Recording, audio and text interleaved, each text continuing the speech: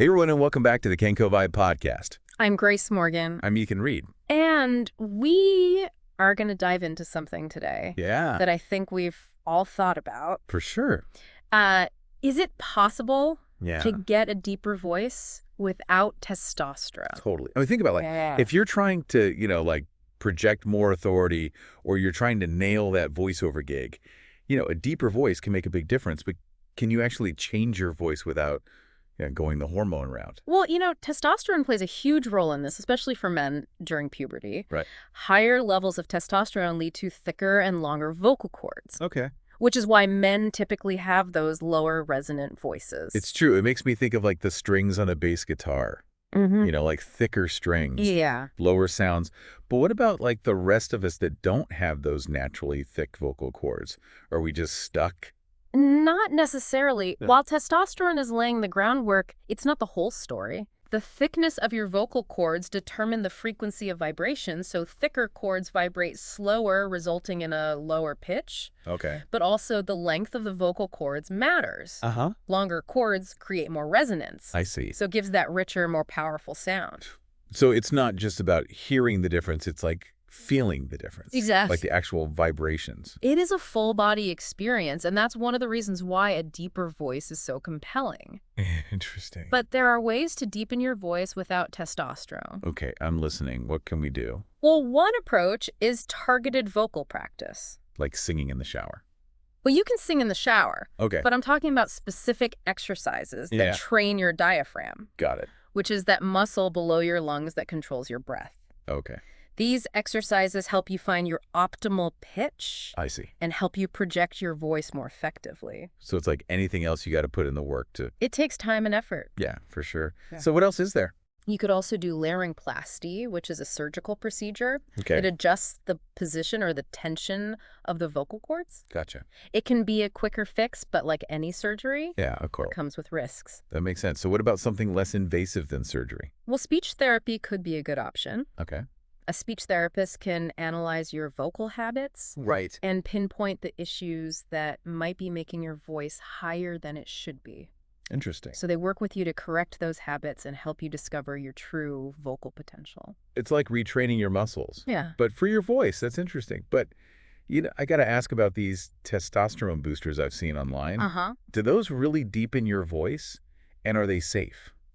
Well, there are supplements out there that promise to boost testosterone. Right. They often use herbal ingredients. Yeah. They might have a mild effect, but the science is shaky.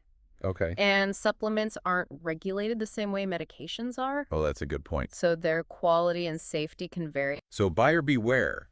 Don't just take anything without doing research first. Exactly. Talk to your doctor before starting any new supplement, especially one that affects your hormones. Right. They can help you assess the benefits and the risks based on your health history. That makes sense. But remember, even if it does boost testosterone, it's not going to have the same impact on your voice that natural testosterone does during puberty. Right. Our bodies are just different at that stage of development. So it seems like there's no magic bullet for a deeper voice. It takes effort, either vocal training or therapy, or even considering surgery. But the main takeaway is that testosterone isn't the only thing that matters.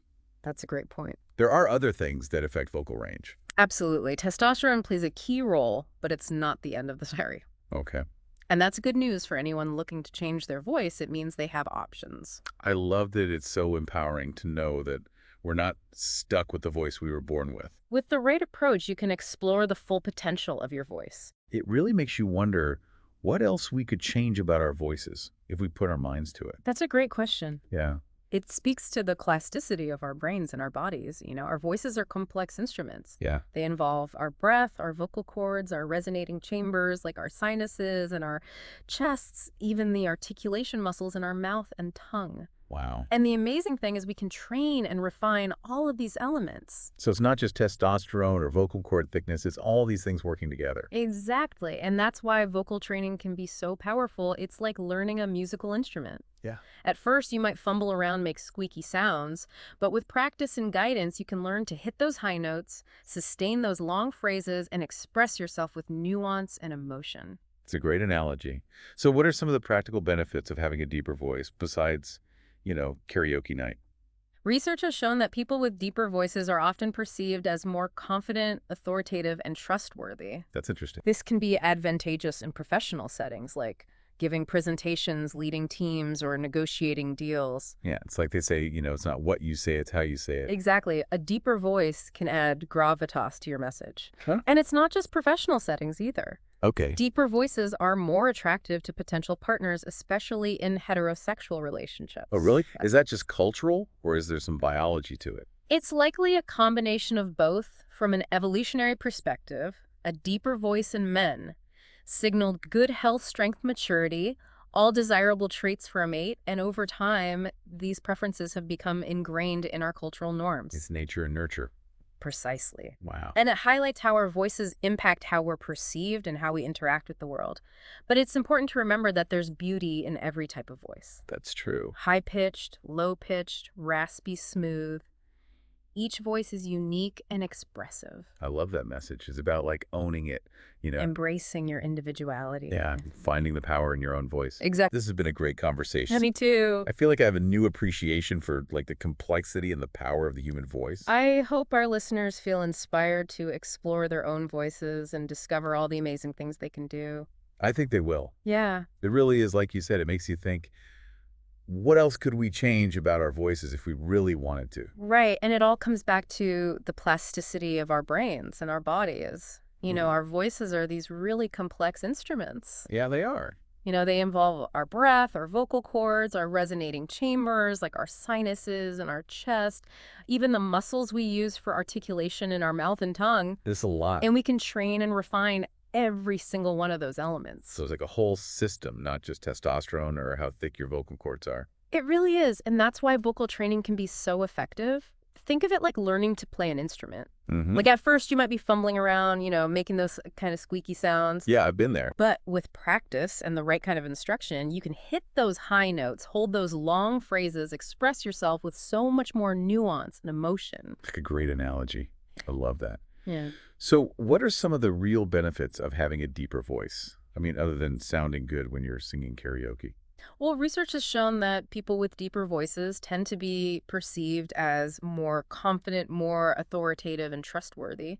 Really? Yeah, it can be a real advantage in professional settings, when you're giving presentations, leading teams, negotiating deals, things like that. Right. It's how you say it, not just what you say. Exactly. A deeper voice can add that extra weight to your message. For sure. And it's not just about work either. Okay. The deeper voices are seen as more attractive to potential romantic partners, particularly for heterosexual couples. Oh, wow. Is that like a cultural thing or is it biological? It's probably both. Evolutionarily speaking, a deeper voice in men might have signaled good health and strength and maturity, and those are all attractive qualities to potential mates. And then over time, those preferences kind of got woven into our cultural norms. It's fascinating how nature and nurture work together. Totally. And it just goes to show the huge impact our voices have on how people see us and how we interact with the world. But it's also important to remember that every kind of voice has its own beauty. Yeah, absolutely. High-pitched, low-pitched, raspy, smooth. Every single voice is unique and can be expressive. I love that it's about like embracing your own voice and finding the power in it. Owning it, for sure. Yeah, exactly. This has been such a cool conversation. Me too. I feel like I understand the human voice so much better now. I hope our listeners are feeling inspired to explore their own voices and discover all the amazing things they can do with them. Yeah, I think they will. This has been a really great deep dive. I've learned a lot. It's always fun to talk about voices. To everyone listening, thanks for joining us on the KenkoVibe podcast. We hope you learned something new about your voice and what it can do. I'm Ethan Reed. I'm Grace Morgan. We'll see you next time. Remember to like, comment, subscribe, and share this with anyone who wants to learn more about voices. And until then, keep those vocal cords vibrating.